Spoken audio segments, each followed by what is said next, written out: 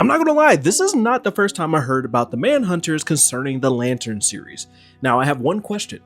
What the heck are the Manhunters? So right now there's a theory floating around that the plotline for Lanterns is actually going to start including these characters known as the Manhunters. And don't get it mixed up with the other guy named John, who also happens to be called Martian Manhunter, because he's a Manhunter for a totally different reason. Because in the past, people that were known as Manhunters were also known as detectives, so that's the reason why he was called Martian Manhunter. So what are these things called Manhunters? So make sure you save this for later, repost this for a friend, and of course follow here and everywhere. But the Manhunters happen to be a species of alien that existed well before the Peace Corps that is known as the Green Lanterns, and they do not like the Green Lanterns at all. And it's for a very simple reason.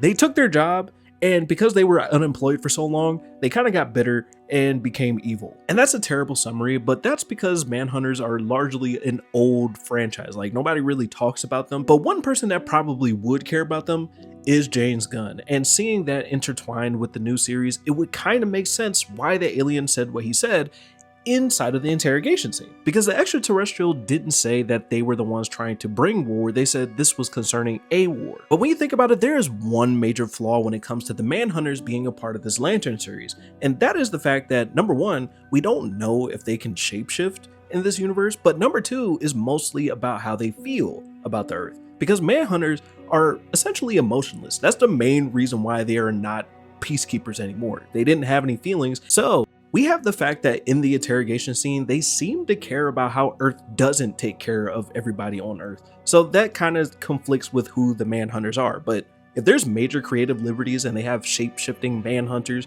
that used to be Green Lanterns, it would make sense why he mocked them too.